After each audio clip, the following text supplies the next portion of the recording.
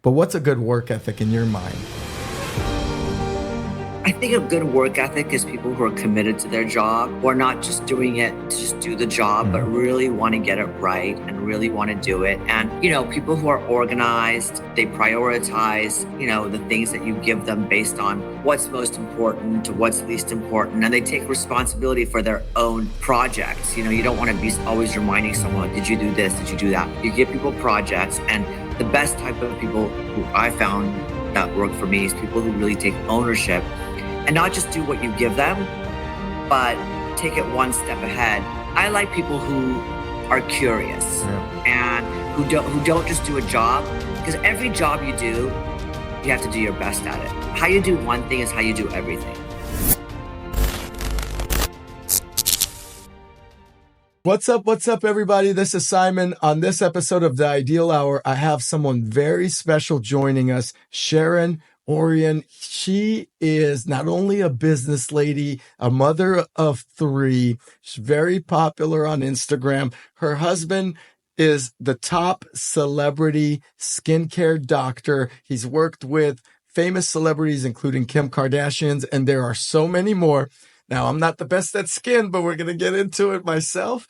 Sharon, thank you so much for joining and giving us an hour to share your experiences.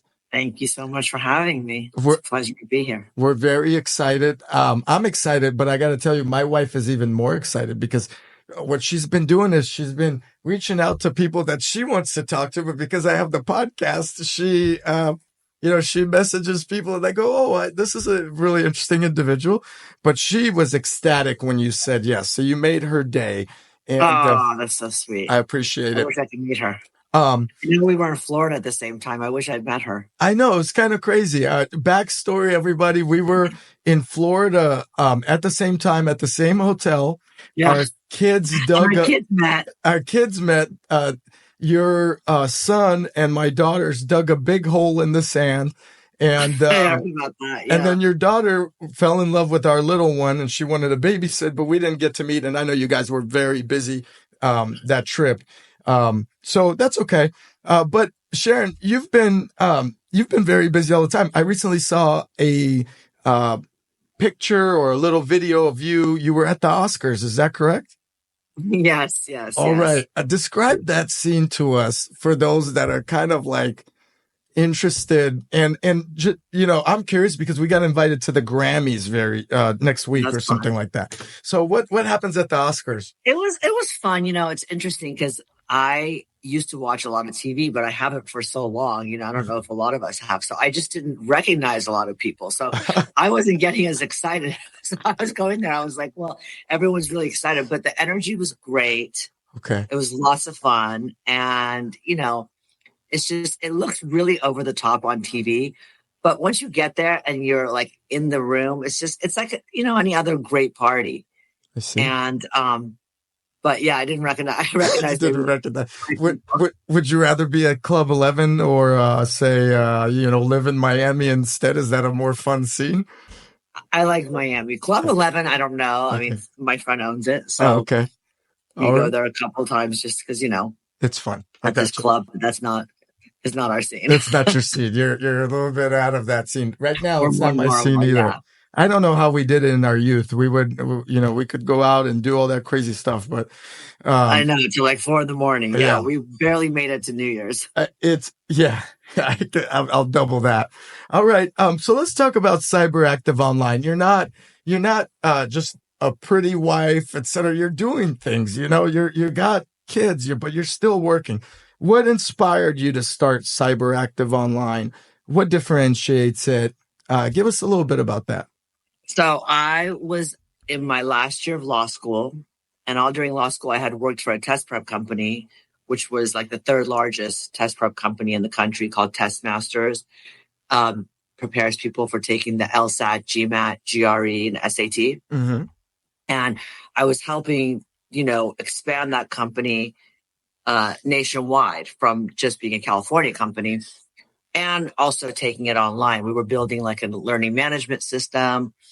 So I was very, I had my hands in with like the software developers making, wireframes. I was very much like into the software world. So my mom had gotten a traffic ticket. And I said, well, I'm sure you can dismiss it online. This was back in 2000. Actually, 1999, sorry. And lo and behold, there was no traffic school course online. Oh. So I was like, oh, this would be a very interesting idea. So I started looking into it, and no one had done it. And I just started like, I don't know, one thing led to another. I started like lobbying courts. I started like writing to judges and saying, wouldn't it be great if your defendants can take traffic school on the internet? No one knew what the internet was. They were like, the internet, like, oh my God, people can cheat. And I'm like, no, we can, we can stop cheating, and came up with all different ways that are even used today. Such as like, biometrics. My company was one of the first to do biometrics even. Wow. And different kind of hooking up with like different softwares like Experian to pull their information to make sure they weren't cheating. So I got it approved in Los Angeles County. Okay. And from there, it just, I was the very first. Wow, you were a pioneer in this field. Of online traffic school. And That's then crazy. Right after that, it started going from state to state to state. And we just got it approved, one state at a time: Nevada, Texas, Florida, Virginia, Ohio.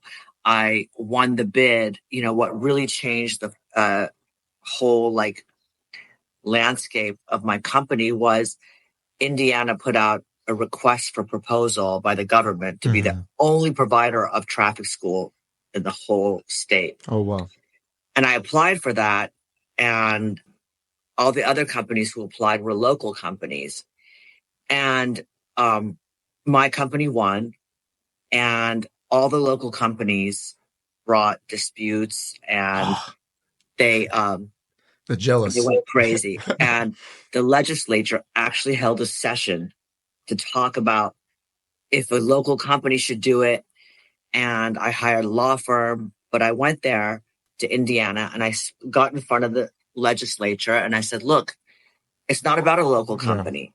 It's about an internet company. You guys want to make this, you guys put out a request for proposal for this to be done by an internet company. None of these people are internet companies. My company has the most experience. We responded, and we won. Yeah. So all of a sudden, Indiana started sending people to my website, like no other. No advertising. And so that gave me a lot of the funds to then start online driver ed and hire people. And then we expanded it all across the nation. So, wow. And then we did it like both, business to consumer and business to business. For example, we are the only partner of 𝐓𝐢𝐦𝐻𝐬, which is like the largest high school in the country. They utilize our driver ed courses. And we have exclusive contracts with some municipalities in different states. So that's CyberActive, and it's been running. And I stopped running it a few years ago, and I hired a company to run it. But unfortunately, they weren't able to run it as, efficiently. Or didn't they care. lost a few of the approvals. So I recently took it back. Good. But, started trying to, I'm back in the mix now. In the peak of it, how many, to be nationwide, you have to have quite a bit of tech support, customer service, obviously the back end. How many people did you manage, and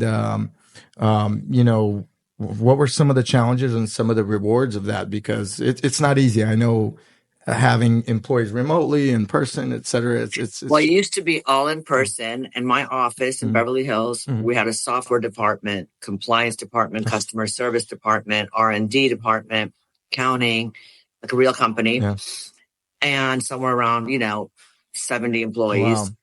And then after COVID, everybody became remote. And that's when I realized, wait a second, you can literally have people not be at your office anymore. So I started hiring people in different countries because, the customer service, we have people in the Philippines, Mexico, all over. If American Express could do it, we could do it. Absolutely. So we did it. And now our software developers are in Russia and they're like our .NET, which is the language that my courses are written in my LMS. And the we also have some in India. Mm-hmm. So we have an office in India, and we have offices in the Philippines. I love it. Mexico. I love it. I'm going to tell you right now, I love it because I had a very similar situation. So before, and just sharing a little bit, before COVID, we bought this building. We remodeled this building for many more people to come in and work. And at the time, I did the same thing. It's like my wife had also 70 or more employees, and then I had employees. And then after COVID, and no one wants to come in. We have this office. I was just actually today, I put it up on my Instagram. I was at Intuit. They built this brand new building. I'm very good friends with Intuit. We work with them. Actually, I'm going to put a plug in for Intuit. Intuit is the best company. They are. Their ethics and their honesty and transparency, and the way they even have a table of where it was founded by the founders. It was just so crazy. Like this old wooden table. You might think it's just, Intuit is just like an accounting software. Intuit is a financial dream. They have like transformed our whole company. It's such crazy. And I was just there, and the building was beautiful. I may do a video on it, but not many employees even in that office. And I was surprised because I'm like, who would not want to come in? I had a avocado toast for $2 because they subsidized the food. It was free coffee. I had like 3 coffees. I don't know, when something's free, I jumped on it. But anyway, it was just the same thing here where after COVID, we had this building, and you mentioned you had a building, but I started hiring remote from my travel agency, and it's been a lifesaver. People work harder. They're happy there. They're happy to have a job. What happened to ours was I did a brand new build out, an all white office, everything modern. My employees were so excited. COVID happened. We closed it, and I've been paying. You don't even want to know how much. For 4 years for an empty office. 4 years. It's brutal. This is the 5th year. This is my last year, thank God. But so everybody wants to work at home, and I'm okay with it. Listen, happy employees make a better company. Sure. I always believe you have more productivity in the office and with collaboration and people working together. But you have to roll with the times. You can't compete with an internet company that's going to give them, 1 day a week flex schedules. Come 1 day a week here, you get free food, free this, and the rest of the time work at home, do it your own schedule. Otherwise, you lose all the talent to the different companies, and so it's very important. I agree. It's hard to compete with $2 avocado toasts that are fresh and these work schedules that are in demand. You're well said. And I think, but the beauty about that also, Sharon, is when you agree, your schedule is also a little bit more flexible, because if a lot of the workforce is remote, you could take a meeting from Miami or wherever you are and still feel the same, like you're being productive, right? I totally agree. Yeah. I love that. And we all work on Slack, and, it's like, we're all on it, and we work like, I can talk to my, team at any time, and it's really nice. I like it. So guys, advice from Sharon is adapt, right? That's adapt to the changing times and make sure that you're staying ahead of it. You don't want to be the company that's kind of behind the wheel or behind. Especially with the internet. Things are evolving daily. You have to stay ahead of the curve. Very well put. So, so when your kids are not of age to drive yet, right? They're not. No, not yet. Soon. So, but they will take the online course, and we'll link everything below that you shared with us. You also mentioned, and we're going to get to the fun stuff as well in a bit too, but you also mentioned that you're an angel investor. Have you invested in other companies? And give me that process. I haven't talked to too many of them, although we're in the Silicon Valley area. So there's a lot of tech and so forth.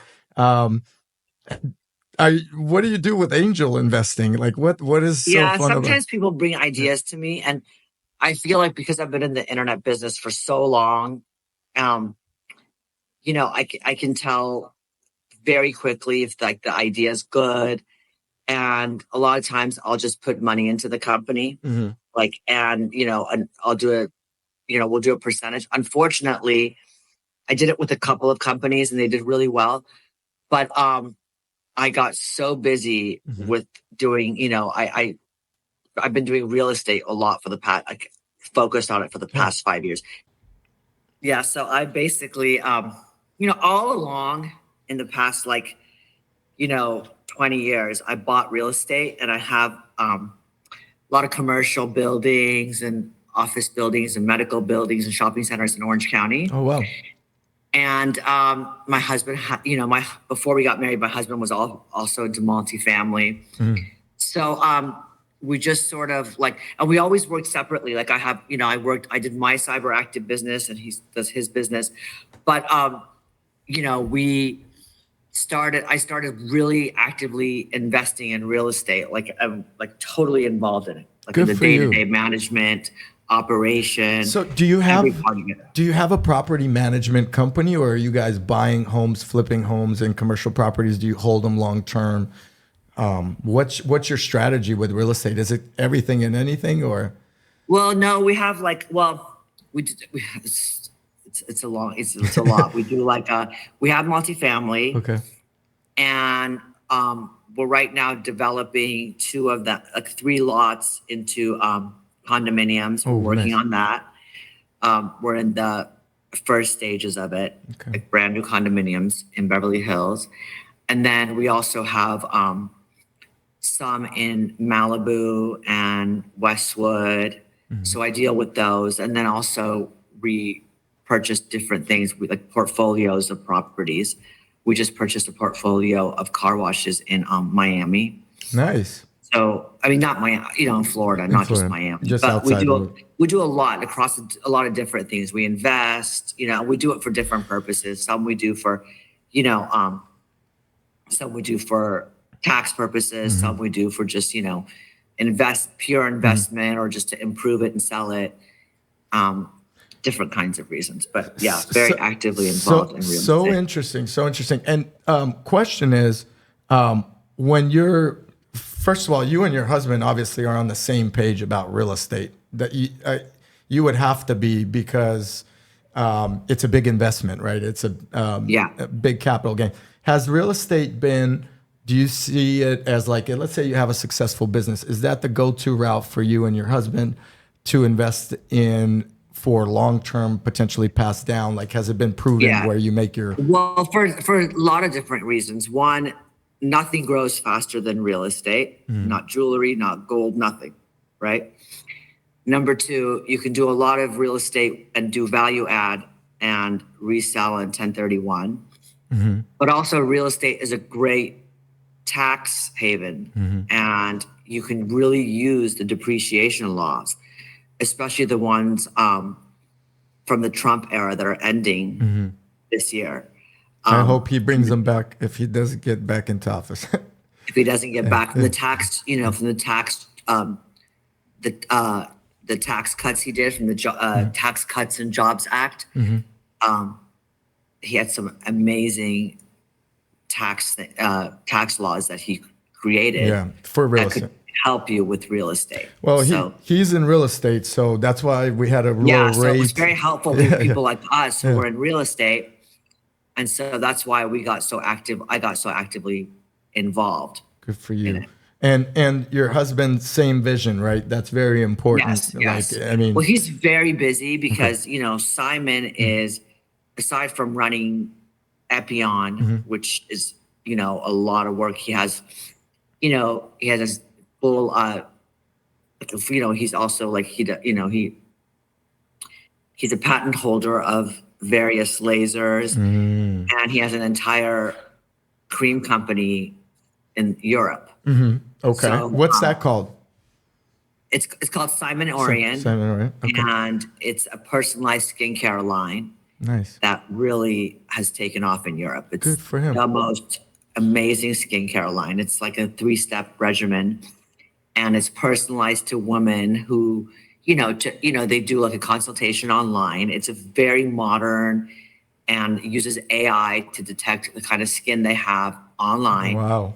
Give them something that's very personal, and it's so good. I've seen them post up. It has to be so good if celebrities like Kim Kardashian, who I've seen use or on his Instagram, for example, and others, right? I mean, it must be revolutionary for It's someone the that most could have. amazing skincare line. It transforms your skin if you use it Wow. for like 30 days. Oh It's my gosh. crazy. That is So incredible. so he does that. And so we'll like I'll talk to him about the real estate, and he makes a lot of like the top decisions, and we're very much like On the same page. we're on the same page, but he's really really just too busy to do all the The day-to-day like I day-to-day do. stuff. Yeah. How did you two meet? I don't know if a lot of people have asked you that, but you're two power couples. Usually you see out here, I'll see, the wife takes care of the family, which is nothing wrong with that, whoever's listening, but the husband's working and he's a CEO of, or a CTO of Facebook or whatever, right? And we have some of them where our kids go to school. How did you two meet? And how, it's... We met through like his aunt, his cousin, and my uncle's wife knew each other. Okay. And I was in college, and he was in medical school, like his last year. And then we just met, and then we went on one date, and then we never went out again. And then, interestingly enough, many years later, my dad was his patient. And they talked, and then he said, "Oh, I have a daughter, and you're not married." Daughter. That's what Persian people do. Nice. They introduce each other, so they connected you. the rest is history. The rest is history. And do you guys share offices, or does he have his entire separate building or office? Or No, we don't. Like I said, we never. I started my business. He started his business. I mean, we always worked together. We used to always work together on the weekends, but it's totally two different things. I got it. Mine is like an internet company. His is company with patients coming in and things like that. But we collaborate on the things that run his company that are like with technology. Like I'll tell him like, "Oh, you should," I'll help him install technology to run his back office and things like that. But I have my own office in Beverly Hills, and he has his own office. So. Awesome. And with both of you being so busy, how do you manage not only a good, healthy work-life balance? I mean, you guys, Veronica's told me you guys take a lot of vacations, and obviously you were in Miami for New Year's and all that. What's the secret there? I mean, how do you, for those that are busy maybe watching, I mean, from what you described, he's super busy, you're super busy. You got buildings, you got condos, he's got skincare, he's got celebrities messaging him, you've got all these online people, you're dealing with Russia, India, you name it. How do you guys have that work-life balance? That's really, really a good question. And I always ask myself this because we're always both so busy, and we talk about it. We're like, God, we're so busy. We have the same goals, and we always have since the day we met. Like, our kids come first, and that's, they're the priority. So we just both consciously design our life around our family. So the most important thing, obviously, Simon, and I'm sure you know this, is I'm very organized, and I don't know if Simon is, but I know I am. I plan things very carefully. Like, I wake up at 5, and I'll give instructions to my team, and then I'm at the gym at like 6, and then I take my kids to school. I'll take one kid, Simon takes the other 2. And then we work till I work till 3:30, 4. And then once the kids are home, that's it. I do a hard stop. Oh, nice. So you're kind of not paying attention to the work part. No, I just switch to mom, all mom. I mean, sometimes, unfortunately, I'll get a text and I have to deal with it. But then we'll do homework, and, we spend time as a family. We always have dinner together. And then we just incorporate them into our life. Like, every vacation we take, they're with us. We still have fun. We go out with our friends, but we make sure we spend all of our time with them. Do you see yourself a lot of times taking them for every vacation and getting babysitters, or do you and Simon also do independent vacations where you leave the kids at home and kind of get away once in a while? It's funny. We used to, up until a few years ago, we used to leave them when we went to Europe, and we do a lot of, alone trips. Now we'll do like one alone trip. I see. But we like to have them there because now they're at the age where they want to see the world, and we love seeing the world through their eyes. It's so much fun to go with them. We actually have fun with them. So we love it. We take them everywhere. And yeah, if we go out at night and we're out, sure, we'll get a babysitter or we'll take a nanny with us or whatever. But usually they're with us. And they're very well mannered. I mean, we've from what we've heard from our kids and so forth in Miami, you live in the Hollywood area, not in Hollywood. LA's big. I think you're in Orange County. Is that correct? Or in that Beverly area? Hills. Beverly Hills. Okay. So you do live in the Beverly Hills area. Okay. And how do you parent such well-mannered kids and keep them away from the troubles of LA kids and lifestyle? And, Northern California is way different than the Southern California, right? Yeah, that's a great question. So what's your secret sauce? Brandon and Alexa, the two little ones, are 8 and 10. So they're still really young. But my daughter, our eldest, Lita, who's 13, she's now in 7th grade. And this is the grade that, like, what would be trouble starts. Okay. Right? So you're on caution. So you just, you just have to be right there. Yeah. All the time. All the time. You have to be right there. You have to talk to them. You have to spend time with them. We try to really give them the rides everywhere because it's in the rides that you hear everything. Yeah. The long distance driving. We try to drop them off in the morning, pick them up, take them from, their activity to activity. And just to always, you have to really talk to them a lot. You have to spend a lot of time because there's so many kids. Unfortunately, bad things are happening. Yeah. And sometimes we don't hear about it. So you just, Let's talk a little bit about your busy lifestyle, but also your friend group.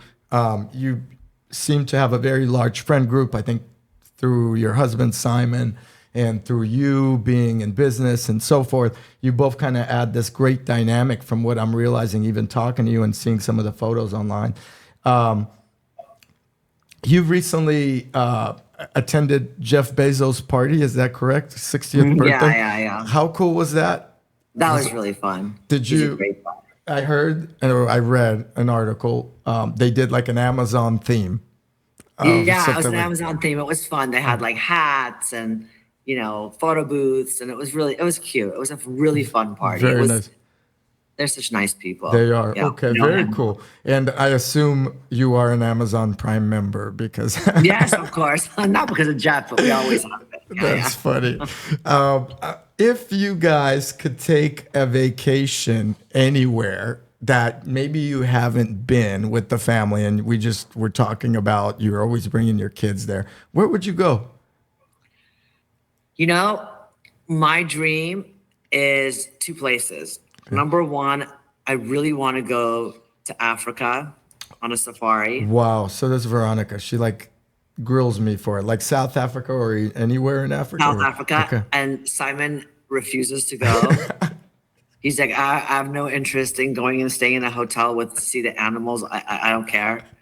And I'm like, no, I really want to go and stay and see the giraffes and the tigers. And I think that would be so amazing. Oh, that's my dream. And then the second place I really, really want to go to is India. Okay. Really? India? Yeah. And Simon doesn't want to go there either. Oh my God. But I feel like it's so culturally rich. Yeah. And it's so different than what we're used to. Yeah. That I really You just want to explore it. I would love to go. Okay. So we always do the typical, typical places. And I love those too. Those are great. They're fun. They're very predictable. We've seen it. But it's nice to see different things, And now that the kids are older, you mentioned they want to see something different versus the beach. And I also want to go to Eastern Europe. Oh, okay. I want to go to Vienna. My grandmother was from Vienna. I want to go check out the opera houses. I love traveling. So. I hear it's a beautiful place. I haven't been. I've been to a few places, but our kid, we have the baby, so it's getting, it's a little tougher to travel with the baby. But that's definitely a cool list. Now, I don't know about India. I don't blame Simon. I'm Simon as well. I don't know if everybody, there are people that say go to India, and there are people that say don't go to India. It's one of the craziest places. Well, apparently people say don't go because a lot of people get food sick. Yeah.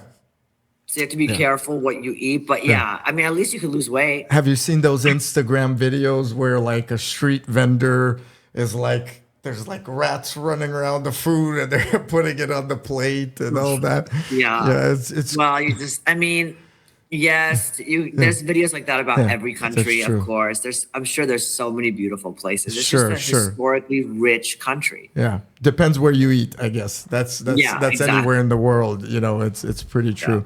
All right. So let's talk a little bit about, again, you are a lady that's created companies, a big business and so forth, but you also mingle with housewives and people that are maybe, or I should say women that are not. How do you approach women, let's say, and we're not naming names, but that may not be a working mom or understand your working habit or understand even what it takes to be successful in business? How do you still manage those friendships and keep like that jealousy out or any of that type of stuff where you may come across? Or does that not come up? You know, first of all, I'm so busy that I don't really deal with that many people except for the friends that I love and my own close friends. I see. And some of them work and some of them don't work. And you don't care. And no, we just, you know, woman, once you find a girl's girl, that's all you need. I mean, women are, you know, you have two kinds of women. You have the catty, jealous, horrible ones, and the ones who are like your lifelong close friends that are like your best friends. So those are the only people that I surround myself with. I don't really deal with all the drama. Thank goodness we're not in high school or junior high. You know, it's funny. I was telling my daughter, she was talking about like the friend groups and, you know, how they are in junior high. And I remember like you're stuck with those people. But when you're not in school, you're not. You just hang out with whoever you want. So I'm very careful. Thank God I have great friends. I'm always around like wonderful ones. The circle of trust is solid with you. That's good. Exactly. All right. Who are your biggest inspirations in your professional, personal life? Like who do you now or ever looked up to and said, hey, you know, this is a good role model, not only maybe for you, but maybe for your daughter and kind of someone that not necessarily you inspire to be, but you say, hey, this person is doing something or did something. I don't think there's one person that comes to mind, but like, I like my daughter to be someone who pursues both, you know, a family and a career, because I have found it very fulfilling to have a full-time career. And I think it keeps you out of trouble and it keeps you away from all the BS, like, you know, catty, whatever, what you were saying. But, and I want her to build something, the kind of company that makes her happy. Like, you know, I know, for example, Jeff, for example, is a guy. So he would, you know, be a great example, but he did, you know, he went out on the limb and created a company that everyone thought wouldn't, you know, excel and look, it was #1 company in the world. So taking chances. I want my daughter to take chances and find something that's very fulfilling, not something that was just like, go to school to become this. Like I went to school to become a lawyer. That was okay, but it wasn't as fulfilling as when I started my business, because I would wake up looking forward to being my business. Whereas with law, it was kind of like, oh, I have to, you know, read these cases. At the end, it was good. It taught me a lot and it made me smarter and just, I could see the world differently. Yeah. But I want my daughter. It wasn't creative really enough for your brain. You know?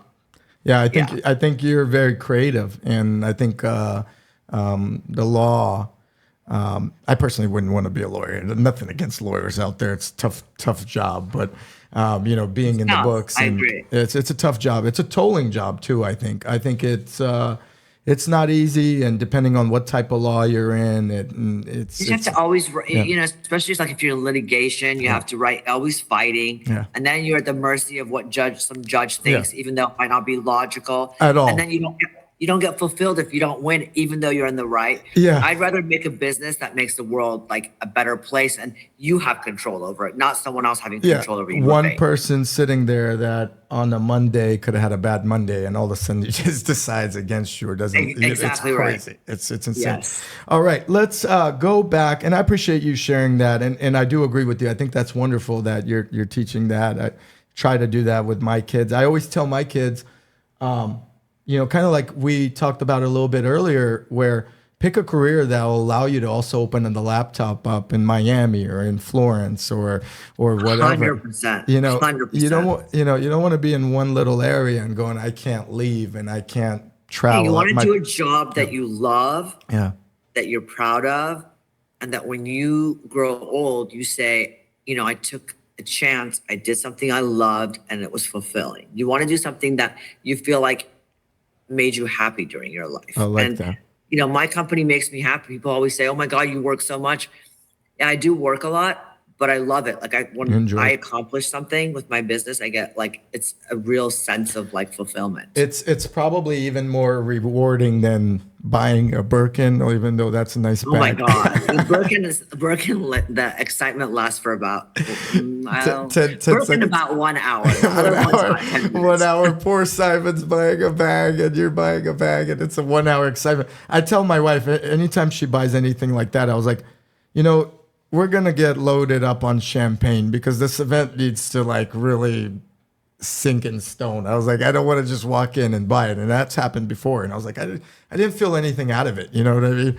So, no, I agree with you. It definitely is. It's like the chase and the journey is a lot more fun, sounds like, for you and others than just, kind of getting a reward or whatever, right? Exactly. You're exactly right. All right. Let's talk a little bit more about a few more family traditions and work ethic. We mentioned you're trying to raise your kids very well. Is there any family traditions you guys cherish or you try to instill in your kids and kind of the upbringing you want them to have? Yeah, we definitely try to teach them that family's first. They need to have each other's backs. We make them really spend time with each other, not just their friends. We make them include each other. We really stress spending time together and spending time with our family. My mom passed away, unfortunately, but how long ago? I made sure 15 years ago. She was super young. She was only 58. Oh, yeah. So I I have Lita spend a lot of time with my dad and with my sister-in-law. We, our tradition is on Friday nights, we always get together. Nice. As a family. And, we spend a lot of time, we just stress, we stress family a lot. And I think it's really important because at the end of the day, who do you have? You can always have friends, but family is always going to be there. Great. So we try to really teach that to our kids. Thank you for sharing that. That's wonderful. Very good advice for anyone listening, including myself. And then let's talk, shift that focus to work ethic. You mentioned your work ethic is 5 a.m. That's very impressive. I think I woke up at 5 a.m. this week and I was exhausted. I used to wake up at 5 a.m. and it was great. It feels great. But what's your work ethic like? Like, what do you look for in, say, an employee or even someone that you respect in terms of work ethic alone in the business field, not necessarily in the friendship fields or any of that? But what's a good work ethic in your mind? I think a good work ethic is people who are committed to their job, who are not just doing it to just do the job, but really want to get it right and really want to do it. And, people who are organized and they prioritize, the things that you give them based on what's most important to what's least important. And they take responsibility for their own projects. You don't want to be always reminding someone, did you do this? Did you do that? You give people projects. And the best type of people who I found that work for me is people who really take ownership and not just do what you give them, but take it one step ahead and do something even more and come to you and say, I did this project and I found something else out of it and I could do this, or I found a way to do it better, or I found a new way. People who add to your life. And, everybody has something different. I don't know how to run my own company perfectly in every aspect. Everyone who comes and works for me, I learn from them too. They add value. People who come in and they're like, oh, have you thought about advertising to, for example, homeschoolers on this board? I'm like, no, I never heard about that board. So I like people who are curious and who don't just do a job, because every job you do, you have to do your best at it. How you do one thing is how you do everything. And I always tell my kids that. I always say, this may not be something you want to do. Maybe you don't like science. My daughter doesn't like science, but how you do one thing is how you do everything. And you should learn it as best as you can and put your and your teacher will see that. Incredible. People understand when you do your best in something and you put your whole love into it. If you're spending 10 minutes doing something, you might as well love what you're doing, not because if you're spending the 10 minutes anyway. Yeah. Right. Yeah. So why dread it the whole put 10 the minutes effort in. And you'll get nothing out of it. I agree 100%. That's great advice. Especially at the gym. It's like some people go to the gym. Yes. And I go to the gym. Yeah. You might as well do the workout. It's tiring, but sweat it out. Just do it. Yeah, I love that. All right. You're also obviously active on Instagram. You and your husband have big profiles. Well, Simon has a big profile. Well, yeah, he does. But he, okay, if you have Kim Kardashian or whoever standing next to you and they have millions and millions and millions of followers, but don't worry about that part. We're not going to compare who has more Instagram followers. Do you guys connect on Instagram with people? Do you ever find one profile that's an interesting profile on there, or is it more a business for you guys on there? I think Simon, definitely Simon, it's good for his business. He can showcase his product and his, services and, and Simon's also, he's a sculptor. So sometimes we'll put his sculptures, but it's just a nice way for us to connect to people, and especially to our own friends and family who are not close to us. And sometimes they'll see, we'll have a party and they'll comment and we'll reconnect with an old cousin. And it's just, it's fun to connect with just people. To share what you want. It's a new way you connect. People don't make phone calls that much. We're all on the go, but we all take 1 minute at night to look at Instagram, or if we're in the waiting room of a doctor, we'll look at it for a minute. So sometimes you connect with people at odd times because it's hard to make a time to connect with all your friends or family. So I love it for that purpose. I think that's a good way to do it. Definitely. You don't make that phone call, but you send out that message. Happy New Year, everybody. You're including everybody. And you still feel like you're connected to your family, and it's totally acceptable. Everybody does it. So it's not oh, that person's a jerk. They're sending me a message, Nope, that's good. What about any challenges with social media? I recently had a Navy SEAL Dev Guru, which is a tier 1 Navy SEAL on the podcast. Oh, wow. He's now, this guy would jump out of airplanes into the ocean, go on. He's got stories. He's coming back to do another episode to talk about some of the missions. But it's amazing. It is amazing. Wow, I want to watch that. I know. My mind was on. I love stuff like that. But, he mentioned social media is dangerous because now he does a lot of advocacy for child trafficking and these type of things, and human trafficking, and how social media plays a negative role. So in your case, we're not going to go that deep into it, but social media, is there challenges with it? Obviously the safety component, this, that.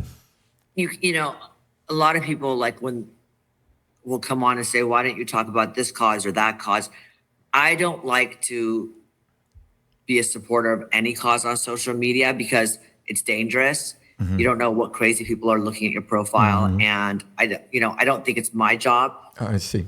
to educate people at the risk of something happening to my own family. Yeah. So I just try to stay away from politics and things that are controversial and just keep it light. Keep it light. So that's great advice, everybody. Keep it light on social media. Stay out of trouble. Look, it's great to be a voice and we all have beliefs, but not at the cost of endangering your own family. I agree Especially 1,000%. everybody knows everybody, and why put yourself in that position? Agree. You use Instagram for a friendlier, positive spin to it. Yeah, just for like fun. Yeah, exactly. Cool. Have you ever encountered any negativity online posting? I get female guests on the podcast all the time, and some of them have big followings and so forth, and they always get negativity. How do you pass through that? Or you just say, hey, I'm not even going to respond to you? I don't get that much negativity, but when I have, I just delete the person. I like that. You just remove them from your life. I don't even respond. I just remove them. I like that. Get out. Life is too short to deal with those people. I mean, you don't know them, and who cares? Just remove them. Love that. Okay, good. Thank you for sharing that, Sharon. If someone wants to build a meaningful online community, or like an Instagram, or like, let's say Simon has a big online following, what advice would you say he or you would give to build that online following, to represent a product, or like something to showcase something? Is it consistency? Is it honesty? Well, I think you have to have something that you really want to promote that people would find interesting, whether you're the brand that shows, like, let's say, party planning or skincare or whatever it is. Yeah, I think it's consistency and just showing everything about whatever you're displaying so people can identify with you. Because if you're consistent and you really believe in what you're showing, I think you will just organically get the following. I think a lot of people are so obsessed with followers. I think followers just come when you have something great to show or say. It's natural, you're saying. It's like, hey, if you're doing your job or you do things daily, you're going to get where you want to be. I remember when Simon's following was building, it was because he was showing really interesting pictures of like befores and afters, and how the person like would get cheekbones and look so much better, or like a defined jaw. And they were just coming in. It was like amazing because celebrities were coming, posting him, and they were looking so different. So organically, he would just get, a ton of followers. So was he super busy before the Oscars? Crazy busy. To get the last minute. Really busy. The last minute. Always before all the award shows. Oh my gosh. Do you not talk to him during like that small window of the award show coming out? Or are you leaving him alone, giving him his time, or what? No, he usually comes home. We don't, like, during the day he's busy, but when he comes home, it's like off. Like I said, we become parents and like a family. All right. As we get to wrap up the podcast, I still have a few more questions that I think you'll enjoy. Overall, it seems like you guys are very both successful. You got a lot of events planned, which is fun. Beautiful family. I personally met the kids for a brief period of time. What's your definition of success? I think a lot of people would ask someone that is successful, and many people have a different definition, but what's yours? I think success is the most important thing we all take for granted is health, is having good health. A healthy person has 1,000 wishes. A sick person has one. So I think, as the saying goes, I think to be healthy and to stay healthy, I think it's really important to take care of yourself, exercise, eat well. And that's number one. Number two, it's freedom, being able to do what you want with your time, right? And just being around people that you love and spending time with your family. Those are the most important things. A lot of times people think money is really important. And sure, money buys you freedom, but it definitely doesn't buy you happiness. I know plenty of people who have a lot of money and all kinds of nice cars and homes and all these things, and they're not happy. They're miserable. They're miserable. I always say money amplifies who you are. It's like it can make you happy, or it can make you very depressed, angry. Yeah, like when you become competitive and you feel like you have to have more and more, and you need this and you need that. I mean, you just need enough to be happy, to be able to do what you want to do, to go to the places you want to eat, to go to the vacations you want to have, and to just enjoy life. And I don't think you need so much to do that. And I think it's overrated how people think money is so important. Definitely overrated. What is your most, obviously, I could probably guess it's your family proudest accomplishment so far in life. I would say it's your family and the way Yeah, things it's my family, yeah. number Yeah. one. Perfect. And then, my businesses, I That's think, cool. I built my business from having no money. I had no money. I Crazy. started from scratch. And, now it's a huge business. So that makes me, and I bought all my real estate with the money I made from CyberActive. So I love that. I mean, CyberActive is my most proud. It's my baby. it's like your baby. It's your Yeah, baby. it enabled me to do a lot. Good So for you. I mean, that's incredible. What an incredible story. And I love hearing it. I know the audience will, and very inspiring. So we'll link everything below as well. I always like to ask this question, and this could be a two-part question. When you first started your business, and just because you mentioned CyberActive and some of the other investments, what do you wish you knew before or during that startup stage? Like, what advice did you wish you knew? You know what I mean? Like, it's starting a business is not easy. Very good question, Simon. Yeah. I wish, and this goes out to all the people who started business. CyberActive made a lot of money. And I wish at that time I had hired a CEO from business school to prepare my company for a sale and going public. An exit. Because when I got approached, like, I don't know, 15 years after having it, 16 years, about selling, I don't think it was prepared. I mean, it was making a lot of money, but I could have done a lot more with it. It could have been packaged a lot better. And if there was a smart CEO who would run an internet company, I could have focused on what I'm best at, which is R&D. But I wore too many hats, and I wanted to be the R&D person. I wanted to lead the marketing. I wanted to lead the company. I was the one doing like the head of every department. So I wish I had gotten a CEO and paid a lot of the profits to the CEO and said, here's your money. Here. I'll give you this percentage. We're partners. Go take this company to the next level. I think the company would have been a public or much larger company, like crazy. But I didn't do that. I just didn't know. And also, I think business school would have helped. So if you want to go be in the business, law school not the place for you. It's business school. Agreed. Law school was great, but for what I'm doing now, it was a waste of time. And I always knew I wanted to do business. But I think law school was more safe for me. It was more of a known, like, okay, you go to law school. Did you finish law school or you did? Of course, I finished from UCLA. Good for you. Your parents made sure you didn't drop out. I loved it. I loved the case. I'm a writer and I loved reading and writing, and I was very good at law school, but I was obsessed with business.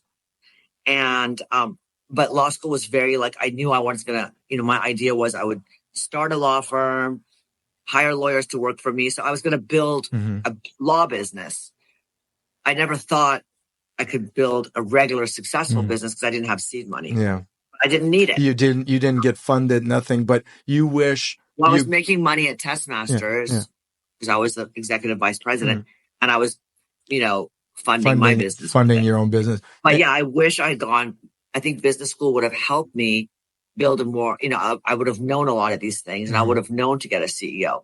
So, I ran it more like a mom and pop and not the way internet companies are run. Now I know how to run a company. You wish you gave that trust to that very specialist that would really take you up. So yes, I agree. Internet companies are very differently run than I did what I saw my dad do with his businesses. I just grew it organically, whereas I could have gone from 1 to 100 a lot faster than I did. So it was great, and and then I bought a lot of real estate. I got into real estate, but it would have given me even more freedom had I had a great CEO. So that's the one advice I have for anyone starting an internet It's company. like a rocket launch. I completely understand and agree. And the final question, aside from business, if you could go back to in time when you were younger, any point you pick, life-changing moment, something you remember, and give yourself advice. Like, let's say you meet the younger person through a time machine and that younger person is you. What piece of advice would you give your young self? Oh, that's such a good question. That's a great question. I was always worried when I was growing up. I was always anxious. Like I had to do everything by a certain time. I always had deadlines for myself. I was like, oh my God, I have to make this much money by this time. And I have to get married. I have to do this. But you know what? Everyone has a time for everything. And I would just tell myself, relax. If you work hard, you're going to get there. And if you love something enough, you're going to get there. And had I known that I would end up owning my company, I would have enjoyed like life a little more. I wouldn't be so nervous because I think people are like always so nervous about what they're going to do. But if you find something you love, it's going to fall into place. Love that. Be more patient, maybe be more at ease. That would have probably put you at ease. I have the same thing. And, I think it's natural, but you're right. It's sometimes, I think as an entrepreneur and again, I grew up with nothing too, and created a few businesses, nothing as overblown. I've had friends that created big companies and one of them, I think, took it public.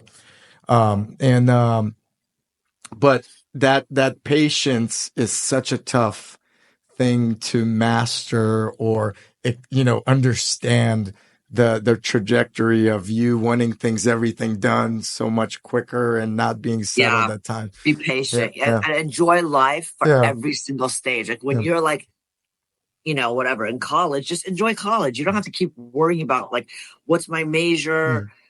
What am I going to do? Going to prepare me for my business? No, your major is not going to prepare. I was an English major. I had to kill myself to convince myself that it was okay to major in creative writing. Wow. But it's fine. You can major in what you want. Do what you love in college. You don't need to worry about your business. You can do that later. Love it. Sharon, thank you so much for coming on. Thank you, Simon. And sharing all of these golden nuggets, I would say. It's not only enlightening to hear someone so inspiring, but for me personally, it's a pleasure to meet you. And I had a great time. I think a lot of people will learn a lot. Thank you so much. Me as well. I hope you have a great weekend.